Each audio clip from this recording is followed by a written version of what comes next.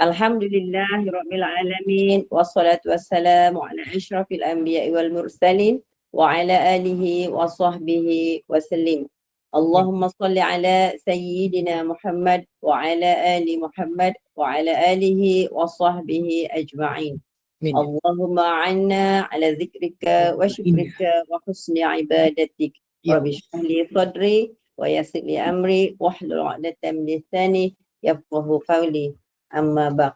Assalamualaikum warahmatullahi wabarakatuh. Salam sejahtera, salam ukhuwah kepada Al-Fadilah Ustazah dan semua sahabat pencinta ilmu yang dikasihi Allah yang istiqamah hadir dalam majlis ilmu. Syukur alhamdulillah kita masih lagi menjadi pilihan Allah untuk duduk dalam majlis ilmu pada petang ini. Moga majlis kita ini dalam redha dan rahmat Allah. Amin. Amin. Kuliah asal kita ini dari saluran Google Meet Gema Nur Iman yang dipimpin oleh Puan Hajah Rosniati binti Mansur dan ditadbir urus oleh Ahli Jawatankuasa Gema Nur Iman, akan dipimpin oleh yang berbahagia Al-Fadilah Ustazah Hajah Nurliah binti Haji Kasmuri. Amin. Dengan kitab kita hari ini, Kitab Fiqh Mazhab Syafi'i yang dikarang oleh Al-Imam Asy-Syafi'i rahimahullah ta'ala. Alhamdulillah. Mustafa Al-Qina, Mustafa Al-Baqi, dan Ali Asy-Syarbani. Syarbani, itu di sini Sarbaji saja. Sarbaji. Oh, itulah.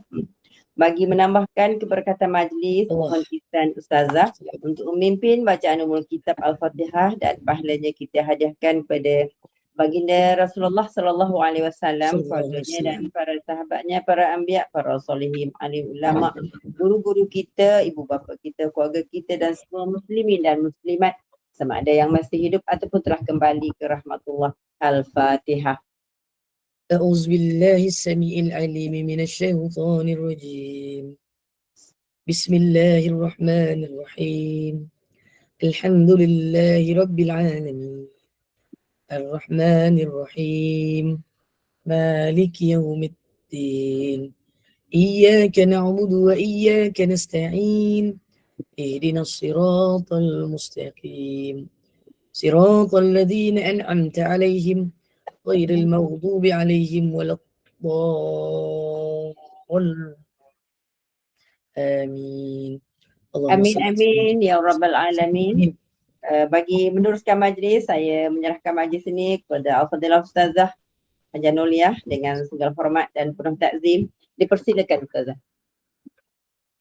Allahumma salli wa sallim ala sayyidina Muhammad wa ala alihi wasallam. Terima kasih kepada MC kita, moderator kita Kak Janur ini dan seluruh keluarga besar ahli jawatankuasa khususnya Gema Nur Iman ini, khususnya pengurusi bagi seluruh Gema Nur Iman ini. Allah SWT rahmat Penghajah Rosniati betul.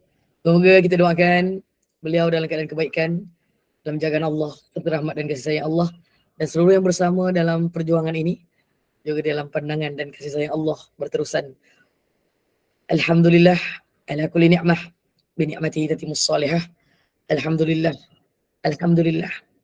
alladzi hadana li hadza wa ma kunna linahtadiya laula an hadana Allah. Subhanaka la ilma lana illa ma 'allamtana innaka antal alimul hakim. Amma ba'd. Jadi seperti biasa, alhamdulillah, terima kasih kerana membacakan 10 ayat awal suratul Kahfi dan juga 10 ayat yang terakhir suratul Kahfi. Semoga ada amalan untuk menjadi bekalan kita bersama kelak untuk bertemu dengan Allah Subhanahu wa taala insya-Allah. Jadi seperti biasa insya-Allah, sebelum kita memulakan pengajian kita, mari kita memperbaharui niat kita dan memasakkan segala azam dan istiqomah, lebih beristiqomah. Kewajipan kita ini sebagai satu perkara yang menjadikan kita dipandang oleh Allah Subhanahu wa taala dan ia menjadi kefahaman dalam kehidupan harian kita, dan akhirnya kita berjaya untuk menyediakan diri kita kelak di hadapan Allah dan bertemu dengan Rasulullah sallallahu alaihi wasallam. Bismillahirrahmanirrahim. Nawaitu wa nawaina ta'allumu ta'limu tadhakkur wa tadhkir wal naf'a wal intifa' wal ifadah wal istifadah wal hath ala tamassuki bi kitabillah wa sunnati rasulih wad du'a ila al huda wad dalalata ala al khair ibtigha'a wajhillah wa mardatihi wa qurbih wa thawabih. Amin. Allahumma amin. Bismillahirrahmanirrahim. Bacaan amalan sebelum pengajian. La ilaha illallah Muhammad Rasulullah. Fi kulli lamhati wa nafasin adada ma wasi'ahu ilmullah. La ilaha illallah Muhammad Rasulullah. Fi kulli lamhati wa nafasin adada ma wasi'ahu ilmullah. La ilaha illallah Muhammad Rasulullah. Fi kulli lamhati wa nafasin adada ma wasi'ahu ilmullah. La ilaha illallah Muhammad Rasulullah. Fi kulli lamhati wa nafasin adada ma wasi'ahu ilmullah. اللهم أنت ربنا لا إله إلا أنت خلقتنا ونحن عبدك ونحن على عهدك ووعدك ما استطعنا نعوذ بك من شر ما صنعنا أبو لك بنعمتك علينا وأبو بذنوبنا فاغفر لنا يا الله فاغفر لنا يا رحمن فاغفر لنا يا رحيم فإنه لا يغفر الذنوب إلا أنت أستغفر الله للمؤمنين والمؤمنات أستغفر الله للمؤمنين والمؤمنات أستغفر الله للمؤمنين والمؤمنات ولوالدي وارحمهما كما ربياني صغيرا اللهم صل على سيدنا محمد وأنزله المقعد المقرب عندك يوم القيامة اللهم صل على سيدنا محمد وأنزله المقعد المقرب عندك يوم القيامة اللهم صل على سيدنا محمد وأنزله المقعد المقرب عندك يوم القيامة صلى الله على سيدنا محمد وعلى آله وصحبه وبارك وسلم Alhamdulillahi Rabbil Alamin. Taqabbalallahu minkum. Inna wa minkum taqabbal karim. Ibu bapa yang rahmati Allah sekalian, moga-moga mulaan yang baik ini akan memberikan kebaikan berterusan sehingga akhir majlis ilmu ini dan sehinggalah kita bertemu lagi pada masa-masa yang berterusan insya-Allah. Allah izinkan kita bersama ini adalah kurniaan yang besar daripada Allah Subhanahu wa taala. Terima kasih sahabat-sahabat. Saya percaya daripada seluruh Malaysia, Brunei Darussalam, boleh jadi ada yang luar daripada Malaysia. Moga-moga keseluruhannya adalah dalam jagaan dan kasih sayang Allah. Paling penting, Allah pilih kita betul ni. Alhamdulillah. Allah pilih kita. Alhamdulillah. Walaupun gemuruh iman ni tambah gagal. Majlis ilmu setiap hari. Tahniah. Pastinya usaha ini, kalau dia dipanjatkan kesyukuran yang banyak kepada Allah Subhanahu Wa Taala, kalian adalah antara saf-saf kebaikan yang besar di negara Malaysia ini, Brunei Darussalam, Singapura dan luar daripadanya ini. Walaupun sebenarnya secara luar biasanya saya sangat kagum dan admin Gubernur Iman ni bukan satu tempat. Dia kat hampir kebanyakan negeri dan rupa-rupanya boleh jadi ada sebahagian yang di luar daripada Malaysia. Alhamdulillah. Maka hari ini apabila kita berusaha untuk memahami agama, inilah jalan ke syurga Allah. Saya nak highlightkan perkara tu hari ini. Supaya setiap kali bila masuk ke dalam majlis ilmu ini, kita percaya dan kita yakin Allah SWT sedang menempatkan nama kita ini di dalam syurga Allah. Man salaka tariqan yaltamisu ila talabil ilmi faqad sahalallahu lahu tariqan ila jannah. Amin. Allahumma amin. Atau kama qala Rasulullah sallallahu alaihi wasallam. Siapa yang berusaha bersungguh-sungguh, sebab medium ni hanya dengan saya hanya online, tak ada di lapangan. Kalau di lapangan penuh dah rumah saya ni, tapi takkan semua nak pergi Johor InsyaAllah saya doakan moga-moga ada rezeki yang luas untuk seluruh sahabat Gubernur Iman ini. Akan ada satu tempat di mana seluruh sahabat-sahabat dia boleh berkumpul bersama. Kalau tidaklah setiap hari, adalah perjumpaan untuk majlis ilmu ini. Sebulan sekali ke, 3 bulan sekali ke, 6 bulan sekali ke.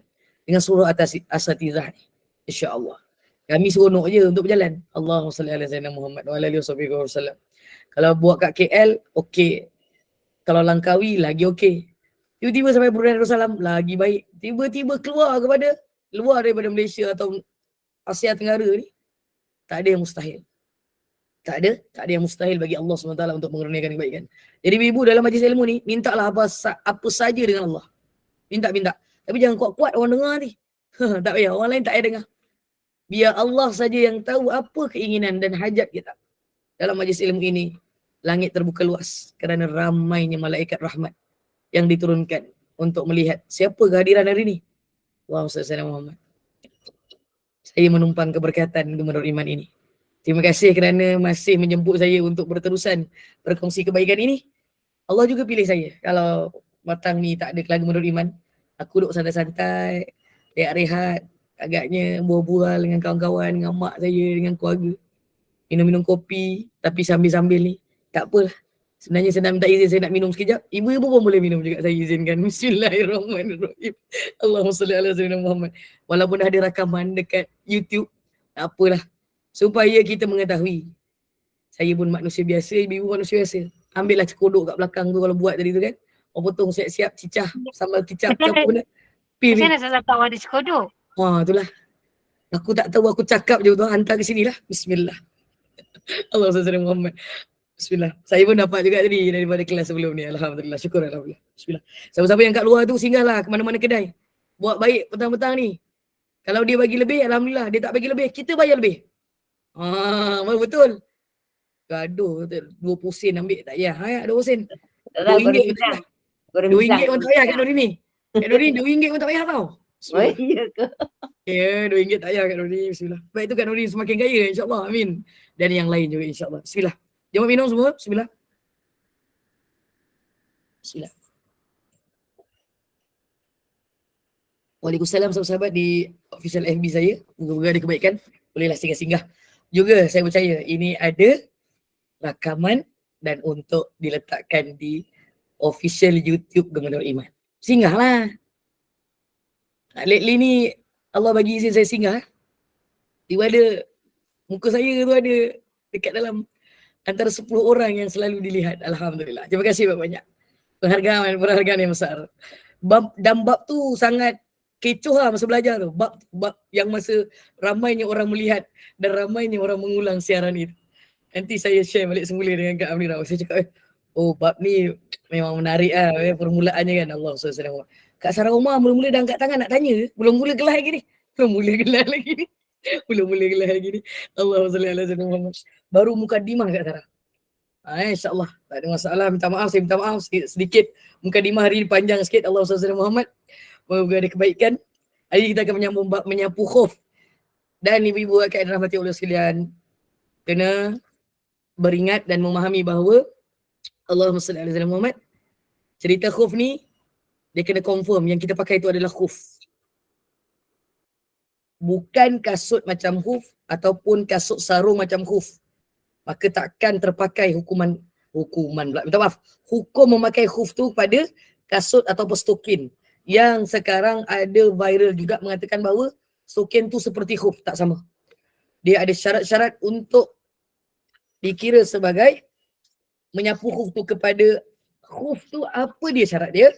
Kemudian ada tempoh tertentu. Dan hari ini kita akan menyambung perkara yang membatalkan sapuan khuf itu. Dan saya mengulang sedikit, cara menyapu khuf adalah yang dituntut, yakni difardukan menyapu air walaupun sedikit di bahagian atas khuf. Dan khuf itu untuk makluman sekali lagi, dia adalah kasut kulit yang tidak boleh dimasuki air. Subhanallah. Bahasa mudahnya kalis air. Allahumma salli ala sayyidina Muhammad. Walaupun dia ada benang itu pun kalis air. Dia boleh dijahit tetapi kalis air. Subhanallah. Jadi perkara yang boleh membatalkan sapuan apa? Dekat hari ni Kak Amira punya pancaran ni dah macam Kak Azrina. Sekejap waterproof betul Kak Azrina. Alhamdulillah. Tak payah. Betul lah tadi tak kecil kan. Okey cantik tadi tu. Dia pergi kecil. Aku tak cakap so kecil kan, dia kecilkan betul lah. Betul. Allah SWT. Okay, dah. Untuk orang yang melihat dekat dalam ni insyaAllah. Saya ada kitab Alhamdulillah. Tapi nak dikatakan bahawa Allah SWT minta maaf selingan tadi tu. Perkara yang membatalkan khuf ini permulaannya mestilah yang disapu tu khuf. Kalau dia kasut biasa dia takkan valid, dia takkan terpakai. Kalau dia umpama macam khuf pun tak boleh. Tetapi khuf itu yang telah kita bincangkan pada minggu yang sudah. Ada 5 syarat yang disebutkan, yang disusun. Apa jenis keadaannya, dia menutupi macam mana, tahan yang apa, tahan masuk air, kemudian dia kuat dan lasak, dan adalah tidak bercampur dengan perkara-perkara yang haram dan tidak suci. Khuf tu. Di kasut kulit, kena kulit yang bukan binatang yang diharamkan. Kalau binatang yang tidak boleh dimakan, pastikan ia sudah sama. Okey, sudah disama. Okey, Allahumma salli ala sayyidina Muhammad.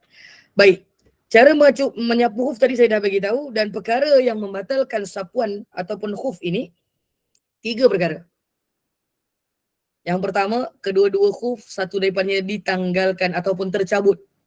Tercabut maksudnya tidak sengaja. Dicabut adalah sengaja, iaitu ditanggalkan. Sama ada ditanggalkan atau dia tertanggal, batal. Sapuan tu batal. Jadi kalau ketika itu dia batal, bermakna maksudnya kalau tiba-tiba dia nak ambil semayang, dia tercabut kasutnya. Dan ketika itu dia baru nak mengambil wuduk, wuduknya nak sapu khuf, kasut dia tercabut. Dia dah tercabut. Kalau dia nak semula, dia kena pasang semula baru dia ambil sembahyang semula. Tapi kalau tercabut, buka je lah, basuh je lah kaki tu. Subhanallah. Allahumma salli ala sayyidina Muhammad. Yang kedua, tamat tempoh sapuan. Tamat tempoh tu yang kita beritahu pada minggu lepas, kita ceritakan pada minggu lepas, bagi yang musafir 3 hari, 3 malam. Tapi dalam mazhab Syafi'i, kalau musafir ni, dia boleh sampai 4 hari 4 malam. Okey, dia boleh 2 kat situ, boleh tambah. Tak ada masalah, dua-dua. Maksudnya kadar musafir tu. Nanti dalam bab solat musafir, sebenarnya untuk musafir, bukan 3 hari 3 malam saja, malahan 4 hari 4 malam. Subhanallah. Ya. Habis je tempoh, memang tak buka kasut lah 3 hari 3 malam, 4 hari 4 malam tu tak buka kasut. Memang ambil wuduk, kasut pasti tersarung. Tapi kalau cukup je 3 hari dalam satu perjalanan, ataupun 4 hari 4 malam tu, maka habis tempoh. Dia kena berjalan yang baru untuk masa musafir itu. Jadi kalau dia mula perjalanan yang baru, Allahumma salli ala Muhammad, kalau dia ketika tempoh tamat tu, dia masih ada wudu, dia hendaklah menanggalkan kedua-dua huf dan membasuh kedua-dua kakinya. Maksudnya dah cukup 3 hari 3 malam atau 4 hari 4 malam tadi itulah. Allahumma salli ala Muhammad. Sekiranya dia tidak berwuduk, maka hendaklah dia berwuduk kemudian memakainya semula jika ingin berbuat demikian. Berbuat apa? Nak memakai khuf tu semula. So tempohnya tempoh yang baru. Tempoh 3 hari yang baru. Kalau tercabut, dia kena start balik. Dan start balik itu bermula dengan start perjalanan baru. Tapi kalau dia tak pergi ke mana-mana, dia memang duduk situ, dia hanya boleh 20. Syuk betul aku ni tak jawab soalan aku. 24 jam. 24 jam. Subhanallah. Nurini, saya tanya tadi tu. 24 jam kalau kita tak berjalan, tak bermusafir. Seperti mana yang kita dah pelajari sebelum ini. Alhamdulillah. Berlaku perkara yang mewajibkan mandi yang ketiga. Apabila mandi wajib, dia hendaklah menanggalkan kedua-dua huf dan membasuh kedua-dua kakinya. Ini kerana menyapu huf adalah ganti membasuh kaki ketika wuduk saja, bukan pada mandi wajib. Jadi jangan cakap pula tiba-tiba kita nak mandi wajib, tak apa kita sapu je huf. Tak boleh.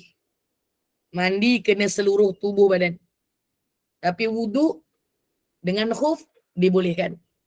Hal ini berdasarkan daripada hadis baginda sallallahu alaihi wasallam daripada riwayat Imam At-Tirmizi ke Amirah, naikkan sikit. Dan daripada Imam At-Tirmizi dan juga Imam An-Nasa'i meriwayatkan daripada Sayyidina Safwan bin Asal tu ain tu asal radhiyallahu anhu wa radu'an, bahawa Nabi sallallahu alaihi wasallam bahawa dia berkata, baginda sallallahu alaihi wasallam, kana Rasulullah sallallahu alaihi wasallam ya'muruna, memerintahkan kepada kami, menyuruh kami, idza kunna musafirin an tamsaha ala khifafina wala nanzi'aha salasata ayyam min khaitin wa baulin wa naumin illa min janabah. Semua yang bermusafir bersama Nabi, Nabi memerintahkan baginda menyuruh kami menyapu khuf dan tidak menanggalkannya selama 3 hari selepas buang air besar, buang air kecil ataupun tidur, kecuali apabila berjenabah. Macam mana sahabat ni bermusafir tetapi ada hukum jenabah? Ini namanya manusia. Kalau dia bersendirian pun dan dia bermimpi, dia wajib mandi. Sama ada lelaki ataupun perempuan. Okay? Kalau dia tak bermimpi tetapi melihat sesuatu dengan syahwat, dan syahwat itu menjadikan orang yang Allahumma salli ala sayyidina Muhammad wa alaihi wasallam tadi, dia betul-betul inzal, dia memang keluar air mani itu, maka dia wajib mandi, wajib. Mandilah. Tapi ketika itu kalau dia pakai khuf, dia kena buka, dia kena mandi, dia kena basuh dengan kaki seluruh badannya sekali, seluruh tubuhnya sekali. Okay? Dan jenabah merupakan di antara perkara yang mewajibkan mandi, sebagaimana yang kita ketahui dan dijelaskan dalam bab jenabah nanti. Cuma hukum bila memakai khuf ini, jenabah kena buka khuf tu, barulah valid mandi wajibnya. Wallahu a'lam. Ada soalan?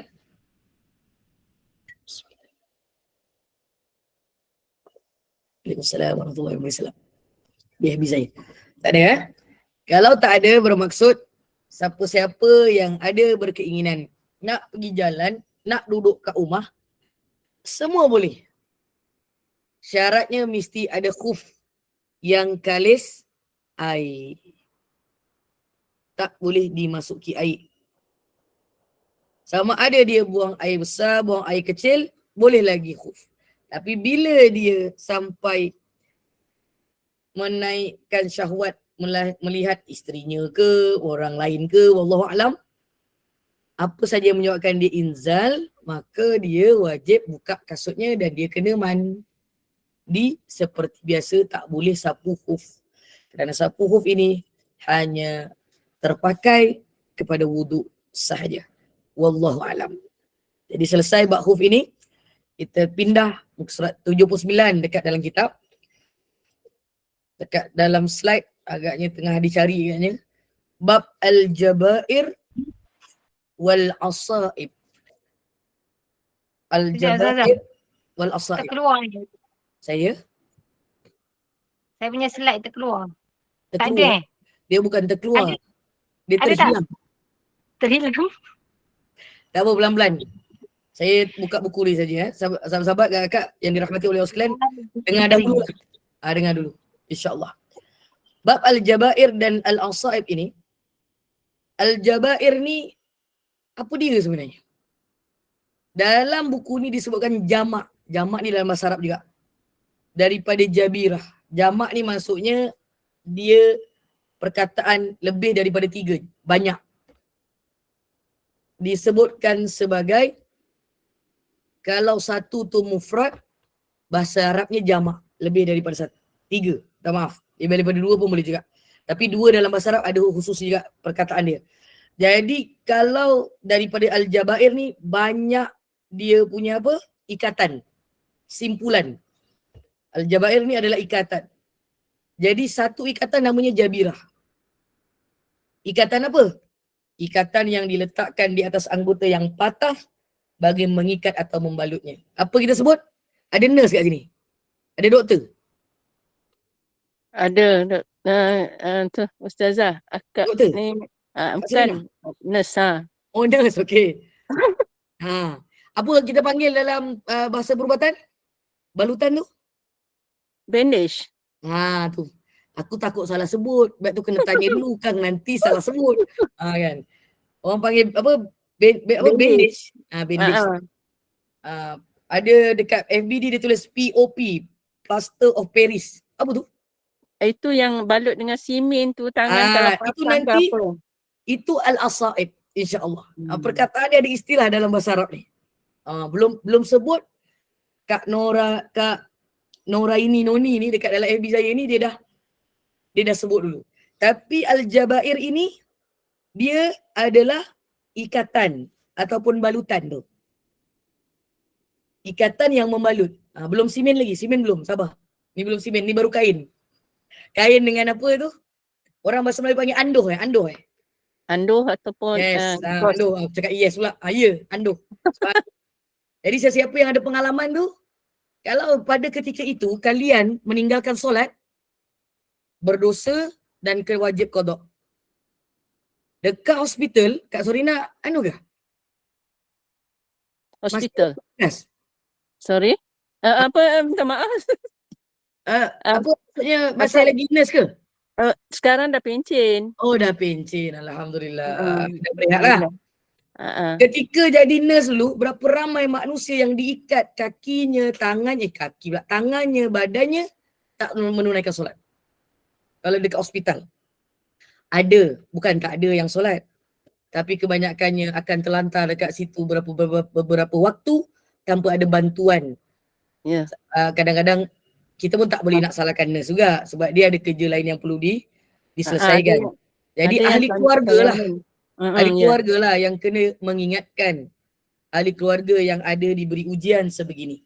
Sama ada dia dianduh tangannya, diikat tangannya atau dibalut tangannya, ataupun dalam satu lagi istilah dalam fiqh ini disebut sebagai al-asaib. Jamak kepada al-isabah. Yang bermakna ikatan yang diletakkan ke atas anggota yang luka bagi menjaga daripada kotoran sehingga ia sembuh. Atau bau simen. Dia ikatan juga. Tapi dia tak boleh masuk kuman dah. Kalau kena simen, tak ada masuk kuman. Tapi kena kain, kalau kain anduh, masih ada risiko untuk ada kuman. Tapi kalau dia patah, tak ada masalah. Is it right? Okay. Dalam istilah fiqh ada perkara ni. Bayangkan hukum. Kenapa duk cerita hukum pasal benda ni? Dia ada berkaitan dengan hukum al-jabair dan al-asam ini bagi pesakit-pesakit yang ditimpa luka ataupun patah. Hospital lah ni yang saya cakap tadi tu. Doktor dan nurse ini akan ada kewajipan juga sebenarnya kita selusuri panduan dan hukum hakam berkaitan dengan balutan dan juga simen and everything yang berkaitan dengan perubatan inilah. Allahumma salli ala Muhammad. Dan Islam adalah agama yang memudahkan. Dengar baik-baik. Ini panduan yang sangat besar. Islam ini ada rakaman kan? Kalau tak silap saya. Kakak-kakak yang belum pakai proper tu, agak pakai proper dulu, takut nanti masuk rakaman dekat YouTube. Walaupun nanti rakaman tu mungkin muka saya je. Kadang-kadang bila kakak buka kamera, dia akan pop keluar muka kakak.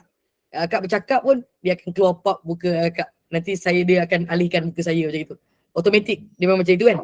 Sebab saya kena pin kan, betul tak? Sebenarnya kalau tak pin saya lagi bagus lah. Jadi ramai. Tak adalah aku cakap seorang-seorang sebenarnya dekat YouTube tu. Kalau tak pin lagi bagus lah. Kalau dia tak pin, dia jadi macam saya ada kawan lah sebenarnya. Tapi sebenarnya adalah alhamdulillah. Sebab saya ulang-ulang, terima kasih kepada yang mendengar apa benda semua kan. Alhamdulillah lah, insyaAllah. Okey, kita kembali pada tajuk ni. Minta maaf saya ingatan sikit tadi tu. Allahumma salli ala Muhammad. Tak pin. Macam mana boleh jadi muka saya je dekat YouTube tu kalau tak pin?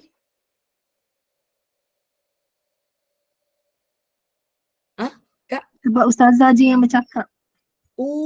Sebab aku je bercakap. Okeylah, bercakaplah sama-sama. Tak boleh.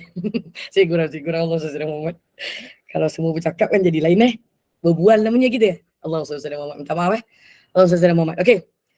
Sekiranya cerita tentang hukum mahakam ini adalah sesuatu perkara yang berat, Islam adalah agama yang memudahkan.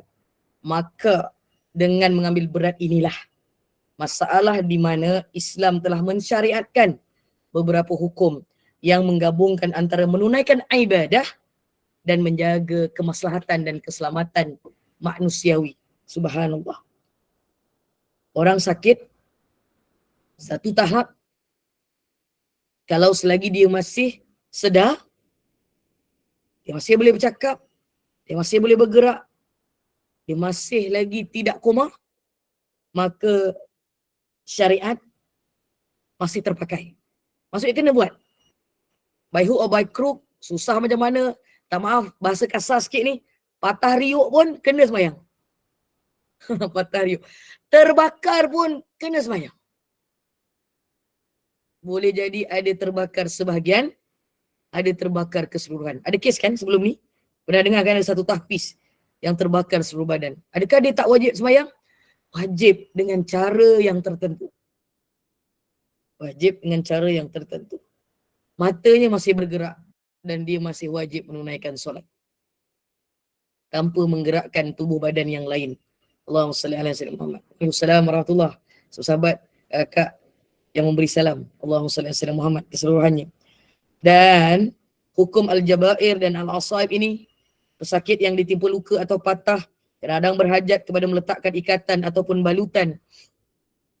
Subhanallah walillahilham. Buka dulu. Jangan buka satu-satu. Nampak petai tu. Saya ingat dah ni. Tadi okey kak, kecil tadi tu pun okey, ramai dah. Boleh kak? Allahumma salli ala Muhammad. Okey. Oh, nama dia Belat dan Barut Oh, lain macam. dalam buku pada saya ni, dia Jabirah betul. Tapi sebenarnya dia adalah ikatan. Ni betul-betul bahasa, dia ada campuran sikit bahasa Indonesia lah ni, subhanallah. Okay. Tapi saya dah bagi tahu ni, mukadimah. Atas sikit kak. Dah selesai dah ni. Kak Aminirah. Okay, alright. Laju sangat tu. Ya Allah. Okay. Kejikkan sikit. Jadi, sekiranya perlu meletakkan balutan, maka ketika itu dia wajib melakukan 3 perkara. Kalau tangan dia kena balut. Yang kena balut ni adalah anggota wuduk Tiba-tiba yang dibalut hanya lutut, dibalut hanya bahu. Untuk wuduk tak payah. Jadi tangan, kaki tetap kena basuh. Macam tu. Tapi kalaulah dia yang dibalut itu, Allahumma salli ala sayyidina Muhammad, balutan itu dan luka itu adalah anggota yang wajib dibasuh. Iaitu wajib dibasuh anggota wuduk. Maka dia yang pertama membasuh bahagian yang selamat, yang tak sakit je. Maka ketika itu anggota yang luka dan patah tak wajib untuk dibasuh. Contoh, masuk hospital mesti kena masuk drip Betul tak? Drip Masuk drip tu yang cocok tu kan. Sama ada darah ke air ke tak kisahlah. Dan dia akan dibalut supaya dia tak tercabut. Sebab depan aku ni nurse, dia ngangguk je aku cakap. Betul lah tu aku cakap. Tak salah lah. Walaupun aku bukan nurse. Alhamdulillah. Tahulah sebab kita pernah pergi hospital nampak. Dan itu adalah perkara yang perlu dilihat. Kalau dia cuma balut setakat kotak begini je. Kotak ni je. Dia bukan balut seluruh kan. Dia baru atas je.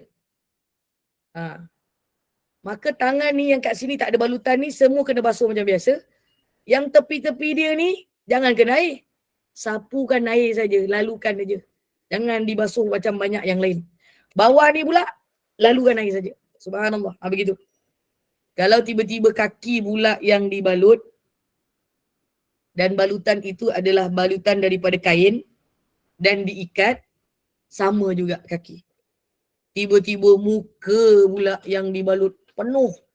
Tinggal mata je yang nampak. Contoh. Kan ada kan cerita tengah mata sini je. Mata Mumia kan? bukan. Dia memang sakit, bukan mumia. Mana ada istilah mumia itu. Itu semua altar je. Subhanallah. Betul lah. Mana ada mumia tu, dia tak nampak muka. Dia mayat yang dibekukan. Kalau mayat, mana hidup balik? Ini manusia. Mata dia terbuka macam ni, tapi muka terbalut. Habis penuh. Tinggal mata je. Mata tu kalau ada daging yang boleh kena air, kenakan air. Kalau tak membedaratkan. Tapi kalau memang dia tutup macam ni, dah tinggal kelopak mata je, tak payah lah. Apa nak buat bila dibalut tu? Allahumma salli ala sayyidina Muhammad. Dia sapu semua bahagian balutan dan ikatan saja. Sapu, bukan dibasuh. Ambil air tu sikit, sapu guna apa? Sebab kita takkan kena pada kulit yang memegang. Kalaulah dia adik kita ke abang kita tak ada masalah. Tapi kalau dia isteri atau suami kita, kalau tersentuh kan terbatal. Tapi kalau dia balutan, hanya sapu saja. Kalau balutan tu tak kena pada kulit, tak batal lah. Bolehlah tolong sapukan. Tapi kalau dia balutannya sebahagian muka saja, sebahagian daripada tangan saja, maka gunakanlah sapu tangan dan lapik untuk tolong basuhkan. Dah dia macam gini kena balut kat tangan macam gini. Macam mana dia nak ambil wuduk sendiri? Sampai hati ambil wuduk sendirilah bang. Tu air tu balut sendiri tu. Jangan. Okay. Kita tolong sapukan. Okay. Dia berlaku masa bila? Saya pengalaman saya lah. Pengalaman saya ni masa mak saya kena heart attack kan tahun 2011. Mak saya bukan kena balut. Tak ada balutan pun. Tapi ada drip tu lah yang kena tekan, kena letak tu. Tapi dia minor stroke. Tak boleh bergerak. Sama lah. Cuma dia tak ada balutan. Saya cuma nak bagi sedikit kronologi. Hukumnya pun sama. Dia tak boleh ambil sembahyang sendiri. Kita lah kena tolong sapu kat dia. Begitu.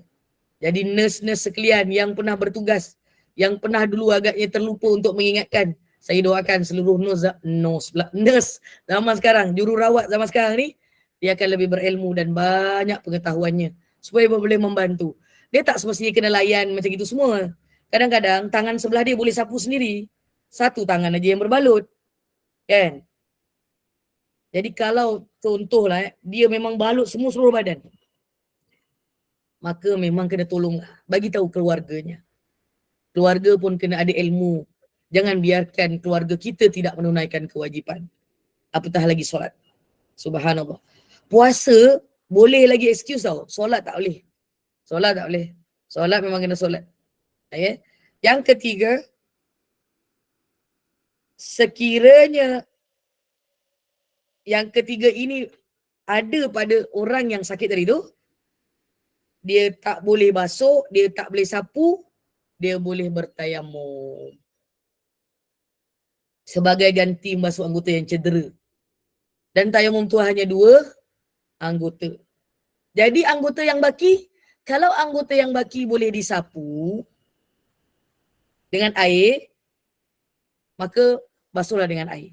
Tapi kalau nak terus guna tayamum tu saja, pun ia valid juga. Tak ada masalah. Muka dengan tangan. Tiba-tiba yang dibalut adalah muka dan tangan. Subhanallah. Luka, muka dan tangan. Bila muka dan tangan dibalut, itu adalah anggota tayamum. Bermaksud, dia tetap kena guna air, guna cara yang kedua. Begitu. Tapi ni, dia bukan dibalut. Dia boleh jadi melecur tetapi tidak boleh dibalut. Maka, tayamum itu boleh menggantikan. Sapuan tu tak perlu merata. Dia cuma dilalukan dan habuk tayamum. Kalau dia tak boleh, lalukan atasnya dan habuk. Bukan habuk. Debu tayamum tu akan sampai. Kalau boleh sapu. Kalau tak boleh sapu, pada ketika itu, tangan yang melecur itu diberi rukhsah. Tak perlu dibasuh. Kecuali yang anggota yang sehat sahaja. Wallahu a'lam. Tapi kalau basih boleh disapu atau ditayamumkan 2 anggota tadi tu, maka dia boleh menggunakan tayamum sahaja. Jika anggota yang patah atau luka, tidak diperlukan. Sekiranya minta maaf, jika balutan di atas anggota yang luka dan patah tak diperlukan. Anggota yang patah dan luka itu tidak memerlukan balutan. Wajib dibasuh anggota yang tidak cedera dan bertayamum kita sampai di bahagian yang cedera yang tidak boleh dibasuh tadi tu. Contoh, sepatutnya anggota tayamum 2 saja kan. Tiba-tiba seluruh badan dia ni memang luka terbakar lah, terbakar. Terbakar tapi bukan semuanya terbakar. Dan mungkin kelompok sikit-sikit dekat bahagian tu. Maka bahagian yang tak kena tu, itu tak boleh kena air tepi dia tu. Maka boleh tayamum. Allahumma salli ala sayyidina Muhammad. Maka validlah untuk 2 anggota sahaja itu. Okay. Yang lain-lain tak perlu dibasuh. Tapi dibasuh boleh tak? Boleh juga. Kaki tadi tu dibasuh dengan, sebab kaki tu tak dibalut, tak cedera, tak apa. Yang luka sekarang mungkin muka atau tangan saja. Tapi dia kena tetap ambil wuduk. Air tak boleh kena. Betul tak? Melecur tak boleh kena air kan? Kak Serina? Tak boleh. Jadi, Kak Nuri ni pun juga nurse juga kan? Tapi ada lah kaitan kan? Tahulah sebab sikit Ustazah. Kerja dekat Ustaz Kesihatan. Kerja dekat lebih kurang lah tu. Dia ada pengalaman tu. Jadi kita perkara tu, bila dia tak boleh kena air, bermakna dia kena guna debu. Dan debu tu kalau dia tak boleh disapu rata tu, Dia lalukan debu tu akan turun dan dia kena, memang tak boleh. Tapi kenakan yang boleh kena saja. Subhanallah. Yang sakit tu tak payahlah. Yang dibalut tu. Tapi kalau dia dibalut, lalukan kain balutannya. Ataupun simen tadi tu. Allahumma salli ala sayyidina Muhammad. Okay? Selesai yang tu. Alhamdulillah. Walau bagaimanapun, tayamun wajib diulang bagi setiap solat fardu sekalipun dia tidak berhadas. Sementara anggota-anggota lain tidak wajib dibasuh kecuali apabila berhadas. Maksudnya, boleh guna anggota tayamum dari itu sahaja. Dua untuk bagi mereka yang memang buat tayamum untuk cara yang ketiga. Allahumma salli ala sayyidina Muhammad. Seterusnya, Ustazah nak tanya. silakan. Bila keadaan kita macam tu, perlu tak kita nak mengambil 3 kali air semayang tu ataupun sekali je? Tayamum Wajib. berapa kali tayamum? Tayamum sekali lah. Kalau Okey, kan? air, Ustazah? Sama lah. Kewajipan Sama saja. juga. Ya. Kewajipan. Okey. Ya, Terima kasih, yang Ustazah. wajib saja. Kalau kita yang tak sakit ni, settle yang wajib okey je. Tak dapat lah yang pahala sunat. Betul lah. Memang tak dapat lah. Itu saja. Tapi berdosa tak? Tak berdosa. Tetapi kita nak mencari bekal kerana dulu kita punya yang sunat tu pun belum tentu sempurna. Wajib tu pun belum tentu mengikut spesifikasi yang betul-betul macam mana yang diajarkan oleh Rasulullah. Mungkin ada dia punya kekurangan. Jadi dengan yang sunat itulah yang akan menyempurnakan. Tapi untuk yang sakit, sampai satu tahap, masa kami menjaga mak kami dulu, sekali je sapuan, yang wajib je. Sampai sekarang ni pun kalau tiba-tiba mak kami dalam keadaan yang kurang sihat, tak menentu dan dia tak stabil, saya akan cakap sekali je. Wajib je. Sebab nanti dia sejuk. Dah berusia kan. Kena air sikit sejuk. Waktu air panas pula nanti takut dia terkejut. Jadi kena berhati-hati. Kita jangan kira macam kita. Itu pentingnya ilmu tu. Ada nak tanya ke Kak Rubiah sebelum dalil persyariatan ni? Silakan. Ya, silakan.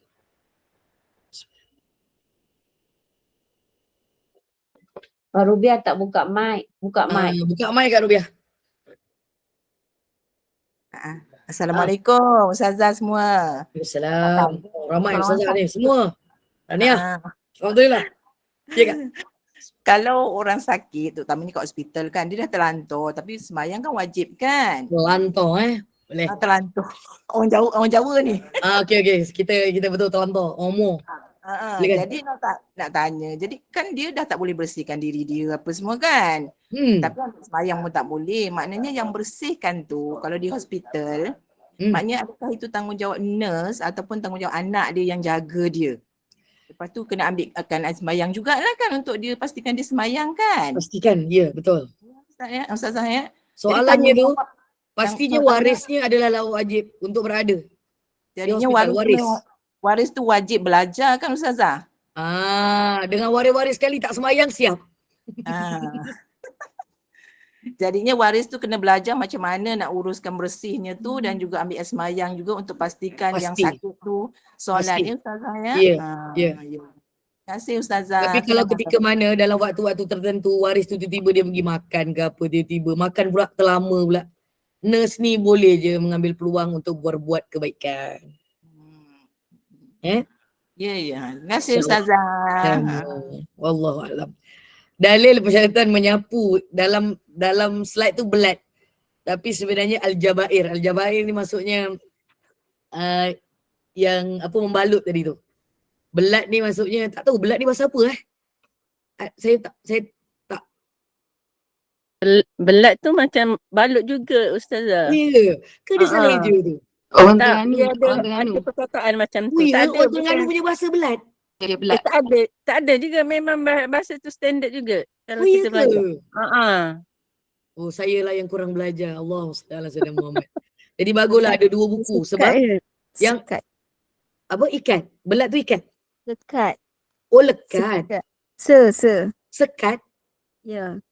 Menyapu Sekat lah. Kita simen sekat tak bagi ayak kena tempat luka kan. Kalau Terengganu belat apa tadi Kak ni? Balut lah, balut. Oh belat tu balut. Oh memang ada perkataan belat tu dalam Terengganu? Ya. Baik. Bukan lorak Terengganu, dia memang standard ada ayat, ada perkataan Tapi macam orang Terengganu tu. guna bahasa standard lah. Ah, Kami orang Johor guna perkataan Al-Jabair. Masalah. belat tu kalau kita buat POP yang Ustazah cakap okey. POP tu yang simen tu lah. Tadi tu yang ada sebut POP tadi tu POP stand for Plaster of Paris. Yes. Yes. Ada orang tulis, aku jawab dia, aku tak tahu sebenarnya tu. Tapi kalau Al-Jabair tu saya faham. Sebab dulu belajar memang bahasa Arab dengan hal isobah ni lah.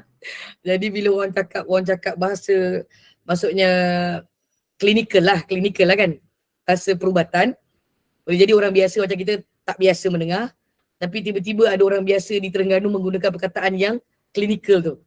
Jadi saya tambah sikit istilah dia dalam syariat yang disebutkan, bolehlah hari ni tambah kita punya bahasa kita disebutkan sebagai Al-Jabair tu. Iaitu bandage tu lah tu, balutan tadi tu kan. Dan dia ada bukti yang sahih daripada hadis Nabi SAW dalam kitab ni, dalam kitab Fiqhul Manhaji ala mazhab Imam Syafi'i ini.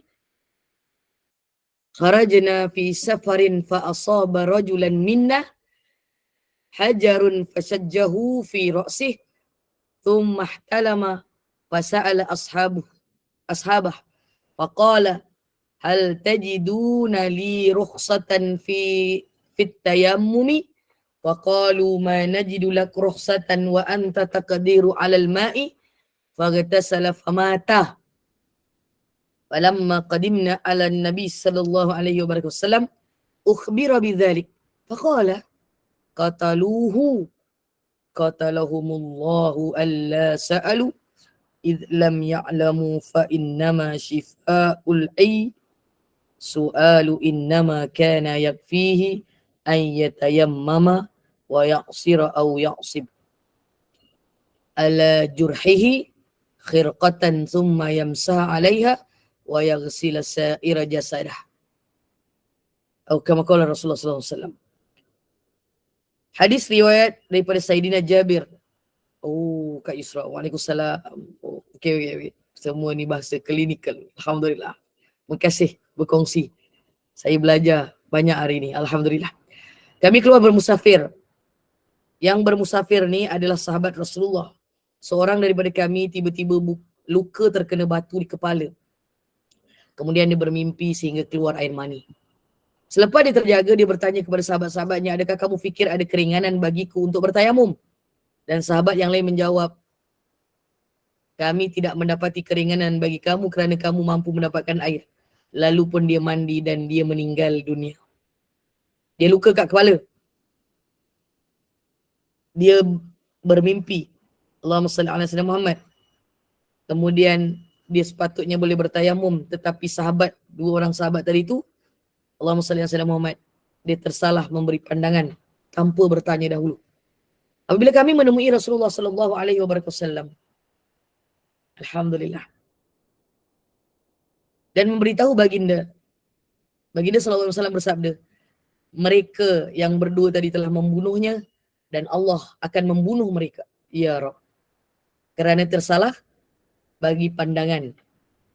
Tersalah sehingga seorang sahabat baginda meninggal dunia. Kenapakah mereka tidak bertanya sekiranya tidak tahu? Hanya dengan bertanya boleh menghilangkan keraguan. Sebenarnya memadai dia bertayamum dan membalut lukanya dengan kain perca, seterusnya menyapu air di atas balutan dan mandi keseluruhan badan. Itu kaedah dia. Ni kalau tak belajar, dia terus tak mandi. Dia terus tak semayang. Dia terus buat apa. Tapi sahabat Nabi, dia tahu dia ada kewajipan semayang. Tapi dia bertanya pada sahabat yang lain. Pada waktu itu pun belum tahu lagi jawapan yang sebenar, tetapi dia membuat keputusan kepada sahabat yang seorang yang sakit, yang luka tadi tu. Dan akhirnya menyebabkan luka itu dibasuh. Mandi, boleh tak? Sebab luka bila dah atas kepala, kebiasaannya dia lebih kritikal. Untuk kalau kena air, dia akan boleh membawa maut. Dan dia berlaku pada zaman Rasulullah SAW. Sebab itu hukum mereka yang luka dekat mana-mana bahagian tubuh badan, kalau memang tak boleh kena air, jangan suruh kena air. Boleh jadi Allahumma salli ala sayyidina Muhammad, juga ibu-ibu yang bersalin tetapi dia tak ada darah nifas. Dia tak ada darah nifas. Ada kan kes-kes tertentu, tak ramai. Tapi boleh jadi ada. Ataupun darah nifasnya terlalu sedikit. Dan dah habis, tiba-tiba dia ada nakok. Nakok ni ada waktu suci dia nakok. Sebab ibu-ibu ada kelas dengan Ustazah Misnah kan. Dia bab haid dan nifas kan. Nanti tanya dengan dia nakok tu apa. Kan nak saya bagi tahu. Nakok tu apa? Saya dah bagi tahu pun sebenarnya ni. Bagi tahu lah Ustazah murajaah. Kau merajaah kalau belum belajar bukan merajaah ni baru belajar lagi tu je cerita betul. Nakok tu waktu suci. Lepas dia mengandung dan bersalin, dia kosong 15 hari dah. Dan dia punya nifas mungkin 2-3 hari je. Contoh. Dan ketika itu ada luka lagi kalau dia bersalin secara surgery. Boleh jadilah. Wallahualam. Ini pandangan saya. Kalau saya silap betulkan. Jadi ketika itu, yang surgery itu memang kat dalam. Tapi dia kena mandi keseluruhan. Habis tu macam mana? Kan dia kena dijaga kan? Kalau dia tak kering lagi apa semua kan? Yang itu perlu disapu dengan macam ni juga. Dibalut tu disapu dengan tayamum. Kalau untuk mandi wajib. Mandi kena seluruh tubuh. Yang luar boleh kena air. Cuma bahagian dalam boleh tu yang kena dijaga kan? Jangan kena air nanti mungkin bentan ke luka ke wallahualam lah kan? Jadi itu kena dijaga. Samalah dengan ni kepala. Kepala lebih lagi. Sebab itu orang yang sakit berkaitan dengan pembedahan kepala ni berhati-hati untuk menjaganya. Kerana kalau tersalah boleh jadi seperti mana yang berlaku pada zaman Rasulullah. Dia boleh membawa maut. Wala'udzubillah min zalik. Allahumma salli ala sayyidina Muhammad. Tayamum untuk satu kali solat saja kan? Ya, betul. Setiap kali nak solat kena tayamum lagi yang baru. Okey? Kalau bertayamum. Okey? Tempoh menyapu di atas al-jabirah, balutan dan juga al-isabah itu. Dan simen tadi tu. Menyapu untuk al-jabirah dan al-isabah, barut dan juga belat itu, dia tidak ada tempoh tertentu. Malah dibolehkan selagi masih dia berbalut, pakailah tayamum tu. Tak ada masalah. Boleh guna tayamum. Tapi setiap kali nak solat, kena tayamum. Kalau dia buat solat penuh, kalau dia tak mampu buat solat penuh, dia tak larat, dan benda tu memang balut banyak, dia boleh jamak tamam. Memudahkan dia untuk supaya tidak asyik nak kena buat tayamum saja. Tapi kalau tayamum itu mudah, dia kena sembahyang macam biasa. 4 rakaat dalam setiap waktu, 3 dan 4 dan 2. Begitu. Tapi kalau ada kesusahan untuk mencari tayamum tu juga, maka dia boleh menggunakan satu tayamum tu buat terus jamak tamam. Bagi orang yang kritikal bukan yang boleh settle satu solat satu tayamum. Subhanallah. Dan selebihnya anggota Allahumma salli ala sayyidina Muhammad, dan apabila luka telah sembuh, anggota yang patah telah baik, maka batallah sapuan, wajiblah mandi semula. Sekiranya dia masih berwuduk sedangkan sapuannya telah batal, dia wajib menyapu anggota wuduk yang wajib disapu dan membasuh anggota wuduk yang wajib dibasuh. Maksudnya dia batal tu, dia masih ada masa untuk menyapu. Maka kena sapu. Dan tapi kalau bila dah sapu tu dia dah sihat, dia kena terus basuh. Serta-merta. Dia tak boleh nanti dulu aku nak sapu dulu. Tak boleh. Okay? Allahumma salli ala sayyidina Muhammad. Dan hukum Allahumma salli ala sayyidina Muhammad, balutan ini ataupun belat ini adalah sama ada bersuci daripada ada kecil atau ada besar. Bezanya adalah bagi ada besar, apabila sapuannya batal, maka wajib membasuh bekas balutan atau barutan itu sahaja dan tidak wajib membasuh anggota badan yang lain. Maksudnya dia tak perlu mandi lagi sekali. Macam tu. Bagi hadas besar, apabila sapuannya batal. Okay? Dia sapu yang anggota yang tadi sakit tu saja. Maka wajib membasuh bekas balutan ataupun barutan itu saja dan tidak wajib membasuh anggota yang lain. Kemudian ketika dia menunaikan solat itu, maka wajib mengqadha solat bagi pesakit yang memakai belat dalam keadaan berikut. Dia kalau dalam keadaan ni je dia wajib qadha. Kalau tak dalam keadaan ni, kalau ketika dia sakit, dia tak wajib qadha. Ketika dia memakai balutan tu, dalam keadaan dia berhadas, dia tak suci. Dan dia tak boleh tanggalkan. Sama ada dia hadas kecil atau hadas besar. Kemudian dia buat sapuan. Confirm semua orang dalam keadaan berhadas. Kalau dekat hospital. Allahumma salli ala sayyidina Muhammad. datang. Ada orang sakit dia ada air semayang ke? Kecuali memang dia memang biasakan air semayang dan dia accident. Dan dia masih sedar. Saya masih ada wuduk tadi. Macam tu kan? Ketika itu, dia boleh terus solat. Tapi kalau dia darah, luka, dia kena bersihkan. Baru dia boleh solat. Dengan wuduk yang tadi tu. Tapi biasa kalau dah kalut-kalut accident ni, dia pun tak ingat tadi aku wuduk ke apa ke, semua dia tak ingat. Dah sakit ni.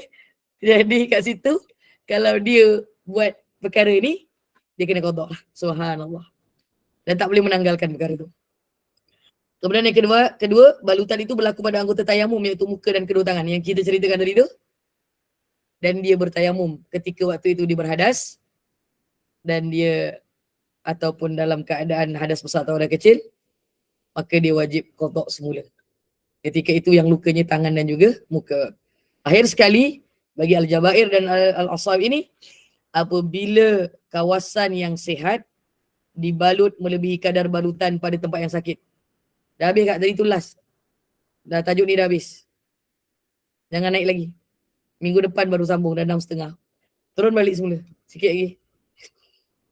Apabila kawasan yang sihat itu dibalut melebihi kadar balutan. Sakitnya dia patutnya sampai sini je. Tak tahu lah hari tu agaknya tukang balut tu dia lupa katnya kan. Takkan nak buka balik kan kan. Dia balut sampai belakang ni. Patutnya dia boleh masuk sini kan. Ketika itu dia sapu daripada sini, Allah SWT Muhammad. Dia kena qada lepas tu. Bukan salah saya, dia salah balut. Dah terbalut nak buat macam mana. Macam itulah. Tapi kalau memang kena lebih balutan, kan ada kalau bandage ni dia kena balut lebih kan. Dia tak boleh sikit-sikit kan. Betul Kak Sorina? Ya betul. Betul. Dia memang kena balut lebih. Dan anggota itu tiba-tiba adalah anggota wudu. Dan tiba-tiba dia pula wajib. Maka sapuan itu akhirnya untuk menggantikan mandi wajib tadi tu, dia kena qada semula apabila nanti dia dah sihat. Ketika tu valid lah solat dia, tapi dia cuma kena qada semula saja. Wallahu a'lam. Ada soalan? Tak ada. Hari ini sangat ringkas. Mudah-mudahan dan dia sangat padat. Dan sebenarnya ia berlaku dalam kehidupan kita seharian. Boleh jadi tak semua, tapi ada. Yang ada inilah yang perlukan ilmu sebegini untuk memberitahu, apatah lagi mereka yang bertugas sebagai frontliner ni. Frontliner lah kan. Doktor, nurse, lagi satu apa? Ni, Kak Nuri ni kerja sebagai apa? Sebelum ni? Saya keuangan Ustazah. Oh tak ada, tak masuk dalam ni. Kerja je kat situ. Oh kerja kat situ tapi bagian keuangan. Tak ada satu lagi tu yang sebut apa? Bukan Pembantu nurse. perawatan. Attendant. Attendant tu. Dia pun kena belajar juga sekali. Ya, dia dikursuskan Ustazah. Ini bagi tahu pada pihak hospital Kak Sarina. Hospital mana dulu bertugas? Dia hospital Kuala Terengganu, SNZ, Kemaman, Kota sama Baru. kampung dengan Kak Ani ni. Masya Allah, tabarakallah. Patutlah dia cakap dia memang bahasa perubatan. Orang Terengganu guna bahasa perubatan. Tahniah lah. Alhamdulillah. Rupa-rupanya orang utara guna. Orang Johor tak guna. Orang Johor guna Al-Jabair, bahasa Arab. Saya gurau. Tapi apa pun, boleh diberitahu kepada pihak pengurusan perubatan ni lah. Sebab perkara ni banyak sangat yang terleka. Banyak dari segi kesedarannya kerana ilmunya tak ada. Kurang kesedarannya tu. Bukan banyak kesedaran, kurang kesedaran. Minta maaf. Banyak terleka. Kurang kesedaran, banyak terleka. Kita pun kadang-kadang tiba-tiba ada keluarga yang patah ke apa semua tu. Tak diajar semayang ke? Nanti qada je lah. Tak boleh. Yang qada ni, dia kena semayang dulu, lepas tu kena qada balik. Subhanallah. Ringan ke? Berat tak? Ini bukan main-main. Ini perkara yang disyariatkan oleh Allah Subhanahu Wa Taala dan Rasulullah telah mengajarkannya dalam bab Al-Jabair wal Asaib ini. Moga-moga Allah Subhanahu Wa Taala nak tanya, saya ingat nak tutup dah. Tutup Bonda N. Saya Oh ya, tak okey, tengok. okey, salah. Oh lupalah salah. Ya silakan Kak Amira. Allah Tak, selamat. sebelum ni kan kes COVID-19 yang jenazah ditayamumkan itu, adakah cara tu sah? Sah. Sah lah, dah 2 Tayamum, tahun guna kot. sebab saya ada dengar macam ada ulama yang pertikaikan, wallahualam. Ulama bukan mempertikaikan. Bahasa tu kena jaga juga Kak Amira, minta maaf.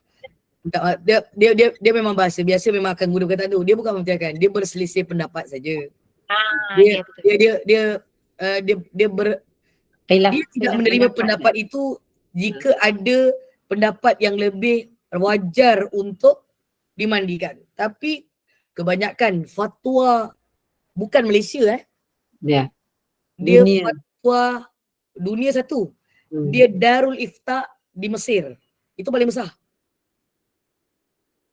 Dan semua bersetuju dengan pendapat Syekh bagi seluruh dunia ini.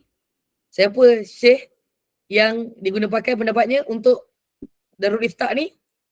Syekh Hari Jumaah ketika itu. Mufti besar negara Mesir ketika itulah. Sekarang dah betul tasab saya. Itu darurat saja kan, sebabnya itu Sebab mendatangkan yang nak membasuhnya tu dia pun tak takut mampu kena. nak menghadapi perkara itu ketika itulah. Tak ada orang yang nak memandikan, semua orang takut. Tak ada, semua orang lari. Aku kena bayar, tak nak bayar pula. Bayarlah 100 lebih je. Orang nak angkat pun takut, semua takut. Nak Jadi kubur pun takut. yang berbuat fardu kifayah itu, dia adalah memang savior dan juga wira kepada kita punya agama. Betul. Bukan wira negara tau. Berkorban Wira nyawa. kepada keimanan dan ketakwaan kita. Yang tak berani nak keluar rumah tapi berani pula beli makanan kat luar rumah. Aku lah tu. Tapi kita tak adalah melepasi border tu maksudnya lah kan. Semua itu memang sudah ditetapkan dan itulah rezeki bagi frontline. Mereka akan menjadi penyelamat kelak di hari akhirat. 3 tahun mereka, saya? 3 tahun. Kami pun terlibat juga. Masya Allah. Kami pergi kerja juga. Tapi kami pun kena jadi macam orang frontliner jugalah. Pakai mask, pakai semua-semua lah nak masuk tempat macam tu. Jadi pernah mandikan ke Kak? Belum lagi lah. Otak lah. Okay. Takut. Tapi adalah berdekatan melihat perkara itu kan. Sebab dari bidang perubatan. Jadi sesungguhnya Bu, dalam apa juga keadaan, sama ada hidup ataupun mati, kewajipan tidak boleh ditinggalkan. Mati diuruskan.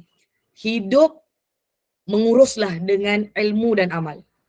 Dengan keimanan dan ketakwaan. Ini tinggi. Dia punya tahap kesungguhan. Dan dia perlukan ilmu.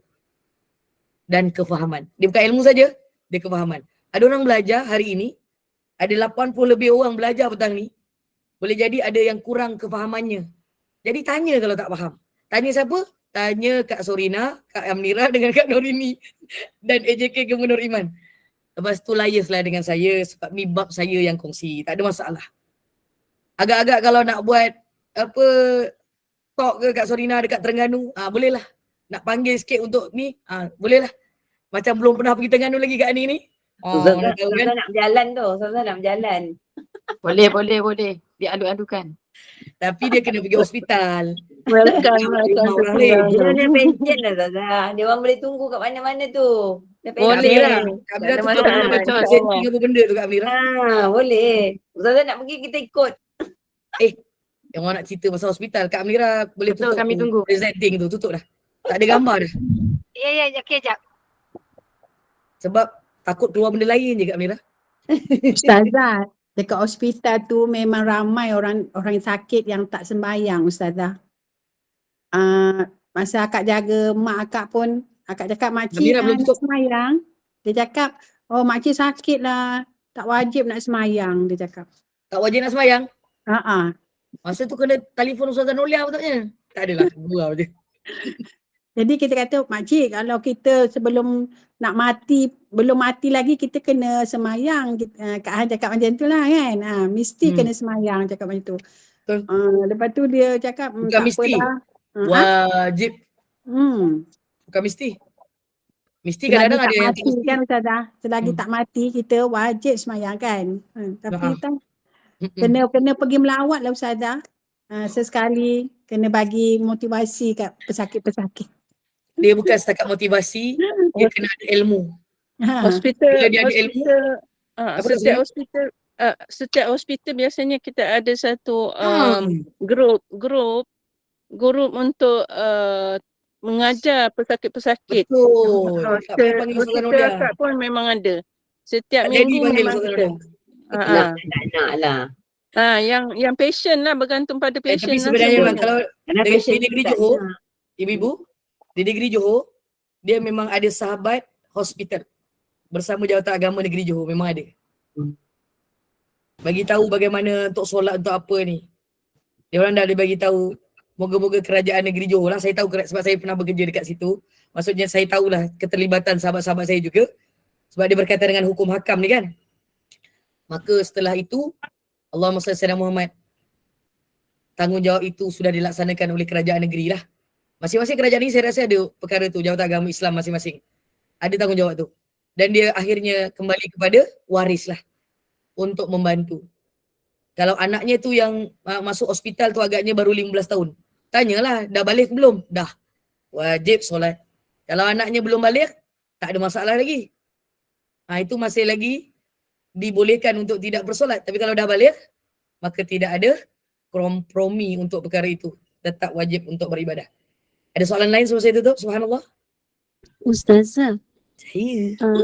saya kan ada pengalaman suami masa di KPJ. Allah. Memang di ICU, Masya Allah. CPU, tapi suami sedalam memang nak solat kan lepas surgery. So memang dekat ICU tu memang diorang ada sediakan ranges tau. Jadi saya rasa macam Masya Allah, sangat memudahkan lah. Alhamdulillah. Okey, itulah. Tapi saya rasa hospital swasta yang macam Management Corporation mungkin diorang dah lengkap lah. Diorang memang aware kan. Kita doakan. Kita doakan semua hospital di seluruh Malaysia. Sama ada dia yang private government punya, seluruhnya akan diberikan kemudahan untuk memberikan ilmu. Betul lah. Itu saya ada dan soalan. ada khidmat terutamanya untuk perkara kewajipan ini. Terima kasih Kak Rafiah daripada bumi Madinah ke Mekah. Ada kakak tu, Kak Rozita pun sama. Alhamdulillah. Sorry nak tanya satu macam ada soalan yang saya ingat tadi dah selesai bagi penerangan tu. Sorry belum. Okay. Macam short one.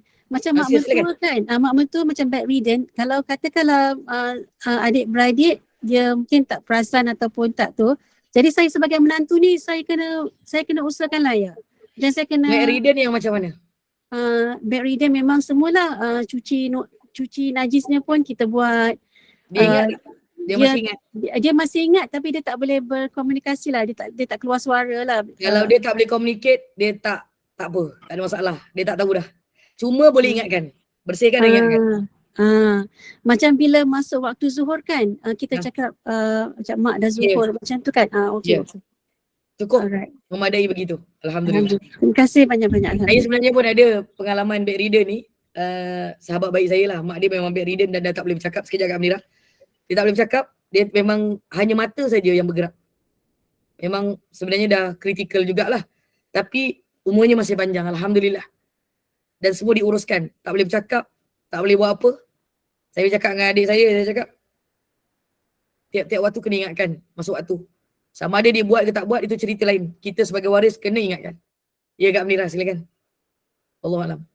Ustazah terangkan balik kalau tangan drip macam ni, macam mana nak ambil wuduk? Ni ada sahabat tadi. Besarkan. Besarkan dah. Boleh send, besarkan. Sekejap Sama-sama. Sudah. Itu bukan besarkan. Okay. Yang tak berbalut tu kena disapu dengan air.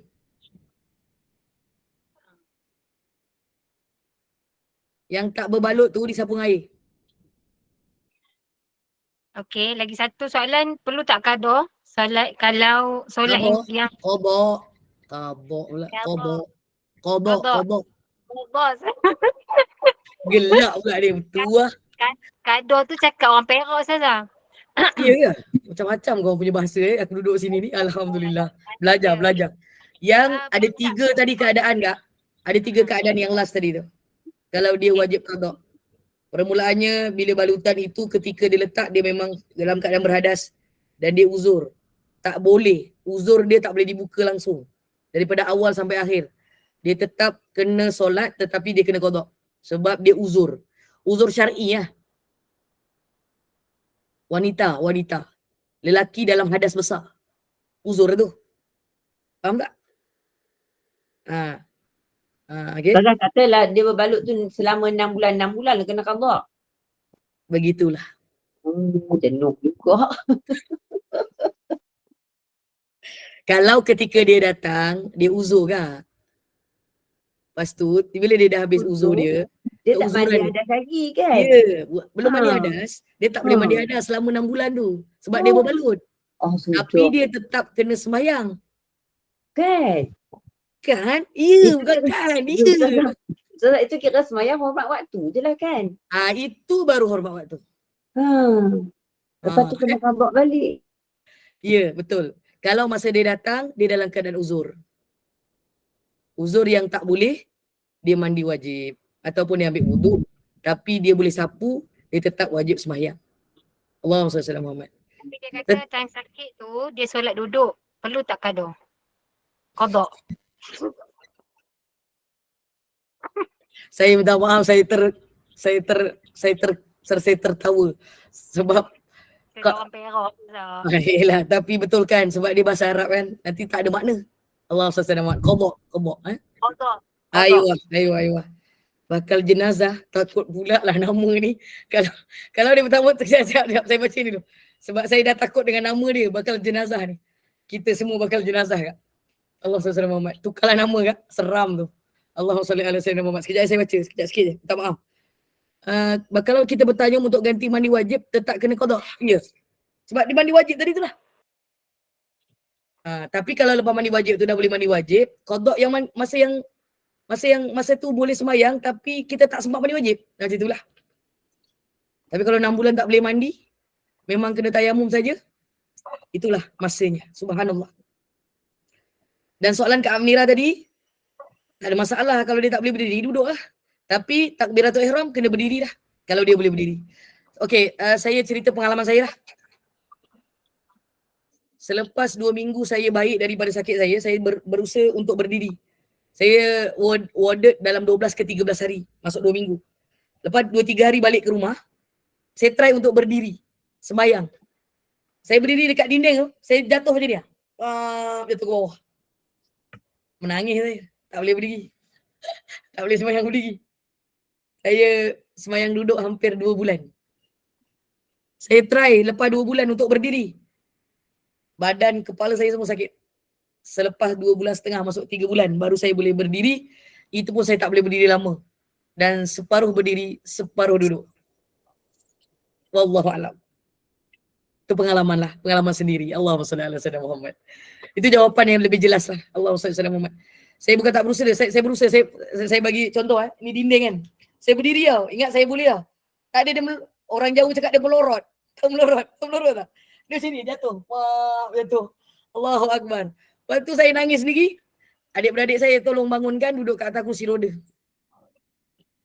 Semayanglah dekat kursi roda dan kat kerusi. Wallahu a'lam. Lepas tu bila dah sihat-sihat ni dia orang share lah gambar-gambar masa duduk kat kursi roda tu. Ui, serius memang aku pernah sakit lah. Allahumma salli ala sayyidina Muhammad. Salah sakit apa masa tu Ustazah? Minta maaf lah tercerita pula kat sini ni. Tapi nak cerita pasal ni lah. Solat duduk ni. Saya bukan sengaja nak tak boleh solat berdiri. Saya dah try hard lah kira tu. Saya darah tinggi ya, bes. Allahumma salli ala Muhammad. Dia kerja lebih sangat. Kerja lebih sangat. Allah bagi rehat sekarang, alhamdulillah. Moga-moga ada kebaikan. Fikir banyak Ustazah. Saya? Fikir banyak. Dia bukan setakat fikir banyak masa tu. Dia memang projek besar yang kena diselesaikan. Allahumma salli ala sayyidina Muhammad. Untuk kerajaan negeri Johor masa tu. Subhanallah. Untuk jabatan. Alhamdulillah sihat sekarang Ustazah. Alhamdulillah. Alhamdulillah. Tapi saya pun kena berhati-hati juga. Saya pun tak boleh sangat. Tak boleh terlalu tired. kritikal sangat buat kerja lah. Jadi majlis ilmu ni menenangkan lah, alhamdulillah. Walaupun rasa penat, tetapi dia tidak sampai stress up kita punya seluruh kehidupan lah dan badan, alhamdulillah. Dan percayalah, setiap segala ujian itu bila ada rukhsah, maka kita tak ada kompromi, kita tetap kena solat. Sebenarnya ada kebaikan yang besar dalam sakit saya tu. Ketika saya sakit, cuma yang menjagalah kena berusaha. Minta maaf saya bagi tahu sikit. Saya bulan depannya saya tanya kakak saya dengan keluarga saya. Bulan lepas aku tak uzur ke, saya tanya macam itu. Saya lupa kan. Saya hilang ingatan kan. Lepas tu dia kata, masa kau sakit tu kau uzur. Jadi saya tak ada hutang solat lah. Alhamdulillah. InsyaAllah. Itu macam, oh ya. So tak payah ada yang kodok lah. Kata kakak saya tak ada. Saya memang uzur masa tu. Betul-betul balik rumah 10 hari, baru saya boleh mandi dan saya boleh mandi wajib. Alhamdulillah. Syukur. Saja perkongsian ni, doa tadi tu adalah perkara yang paling hebat yang saya dapat dalam masa saya sakit. Terima kasih kepada yang mendoakan pada masa itu, 2018. Pada masa itu mungkin kita belum berkenalan, tapi sebahagian yang ada di sini mungkin ada yang kenal saya. Tapi itulah, tetap wajib solat dalam apa jua keadaan. Kecuali hilang ingatan dan kita memang tak tahu waktu bila kita nak solat. Itu cerita lain. Wallahu a'lam. Terima kasih untuk perkongsian. Saya minta maaf terlebih waktu hari ini. Tiba-tiba tercerita pasal perihal diri saya. Tapi dia ada kaitan dengan hukum hakam solat ini. Moga-moga mengambil iktibar. Macam mana sakitnya kita. Selagi kita masih ada ingatan. Kita masih ada ruangan untuk kita mengambil wuduk itu. Kewajipan tidak boleh ditinggalkan. Dan dia adalah satu perkara yang akan ditanya permulaan oleh Allah SWT kelak. Terima kasih untuk petang ni. Saya serahkan kembali kepada Kak Nurini. Minta maaf Kak Nurini terlebih waktu. Silakan. Alhamdulillah kuliah asal kita berjalan lancar dengan kitab fiqh mazhab Syafi'i. Kita masih di dalam bab wuduk lagi dengan tempoh menyepupu dan perkara-perkara yang membatalkan sapuan dan tajuk baru dengan Al-Jabir Al-Asaib. Al-Jabair wal-Asaib. Al-Jabair wal-Asaib. Okay. Cara berwuduk bagi pesakit yang patah berbalut dan bersimen. Moga segala ilmu yang disyarahkan Ustazah menjadi ilmu yang manfaat kepada semua jemaah untuk disampaikan kepada ahli keluarga dan sahabat handai di dalam membantu mereka mengangkat wuduk dan menunaikan solat kerana ianya adalah wajib dan untuk dituntut untuk melancarkan bagi kelancaran beribadah. Wallahu alam. Kita tangguh pengajian kita petang ini Ustazah. Terima kasih atas ilmu yang telah disampaikan. Terima kasih pada semua jemaah. Saya mewakili Gemah Nur Iman. Mohon maaf anda ada sebarang kekurangan dalam majlis kita ini. Segala baik itu daripada Allah dan guru itu adalah daripada kekurangan kami sendiri. Bagi menutup majlis, mohon Ustazah bacakan doa penutup, Ustazah kafarah dan surah Al-As dan saya akhiri dengan wabillahi taufiq wal hidayah. Wassalamualaikum warahmatullahi wabarakatuh. Silakan Ustazah. Assalamualaikum warahmatullahi wabarakatuh.